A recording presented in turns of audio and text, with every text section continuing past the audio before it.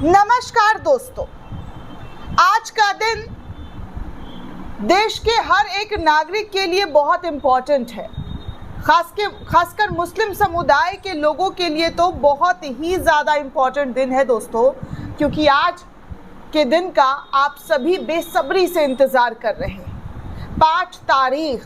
5 तारीख को आज सुप्रीम कोर्ट के अंदर वक्फ संशोधन कानून पर बहुत सारी याचिका दाखिल की गई थी और उन याचिकाओं में से 5 याचिका पर सुप्रीम कोर्ट के मुख्य न्यायाधीश और उनकी बेंच सुनवाई कर रही है और आज भी सुनवाई होगा। सरकार को अपना तर्क देना होगा कि ये कानून क्यों बढ़िया है, क्योंकि सुप्रीम कोर्ट ने बहुत ऐसे तीखे सवाल सरकार से पूछ चुके हैं कि उसके बाद सरकार के पास कोई जवाब नहीं था और 1 हफ्ते का मोहलत मांगा गया।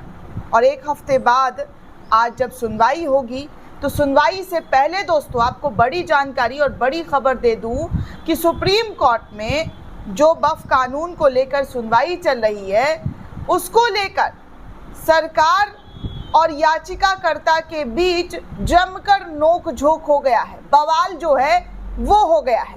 दरअसल दोस्तों, वक्फ संशोधन कानून पर सुप्रीम कोर्ट में आज सुनवाई तो चलेगी, लेकिन इससे पहले 17 अप्रैल को कोर्ट ने केंद्र सरकार से जवाब देने के लिए 7 दिन का वक्त दिया था।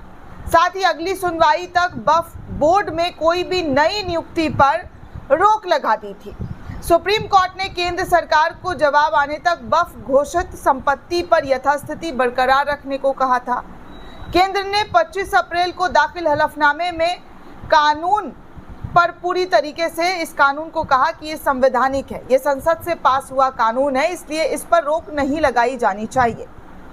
1332 पन्नों के हलफनामे में सरकार ने दावा किया कि 2013 के बाद से वक्फ संपत्तियों में 20 एकड़ से ज़्यादा का इजाफा हुआ है। इस वजह से कई बार निजी और सरकारी ज़मीनों पर विवाद हुआ है। सरकार ने हलफनामा में ये बातें कही है कि वक्फ संपत्ति में जो है इजाफा हुआ है और जिसके बाद इस इजाफे को रोकने के लिए जो है कई बार वाद विवाद देखने सुनने को मिला है। 2013 के बाद वक्फ संपत्तियों में लगातार वृद्धि देखने को मिली है, इसलिए इस कानून को जैसे है वैसे ही बहाल कर दिया जाए।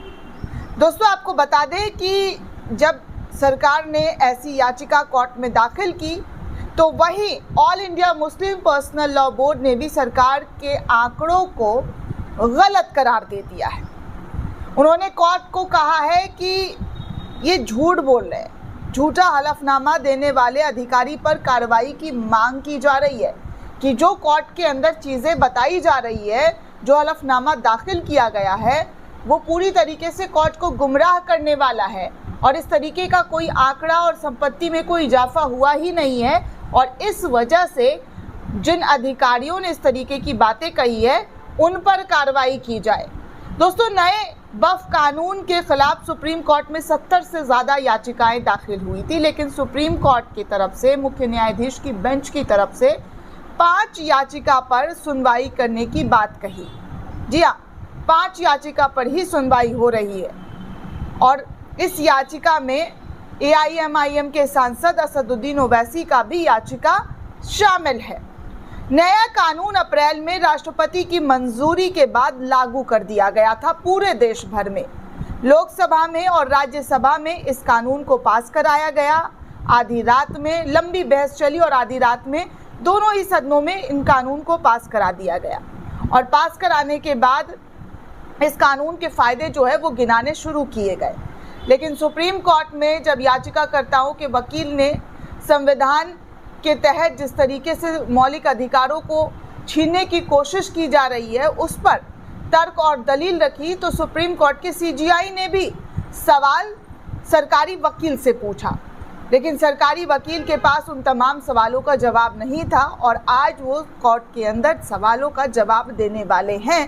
लेकिन उससे पहले जो है all India Muslim personal law board ने याचिका में जो सरकार मोदी सरकार की तरफ से दाखिल किया गया था उसको झूठा करार दे रहे हैं और अधिकारी पर मांग जो है किस कार्रवाई करने की मांग जो है वो की जा रही है।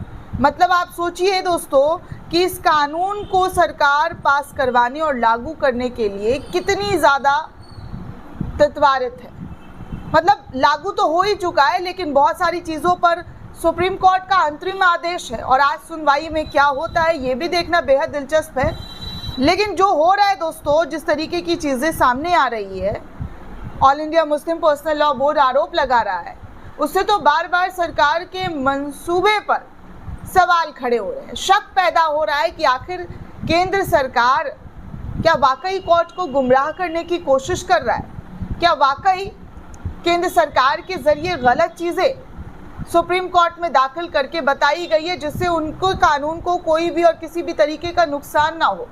क्योंकि हड़बड़ाहट और बौखलाहट तो आप साफ तौर पर देख रहे हैं कि केंद्र की मोदी सरकार इस कानून को लागू रखने के लिए किस तरीके से और किस लेवल पर जाकर पहुंच चुकी है।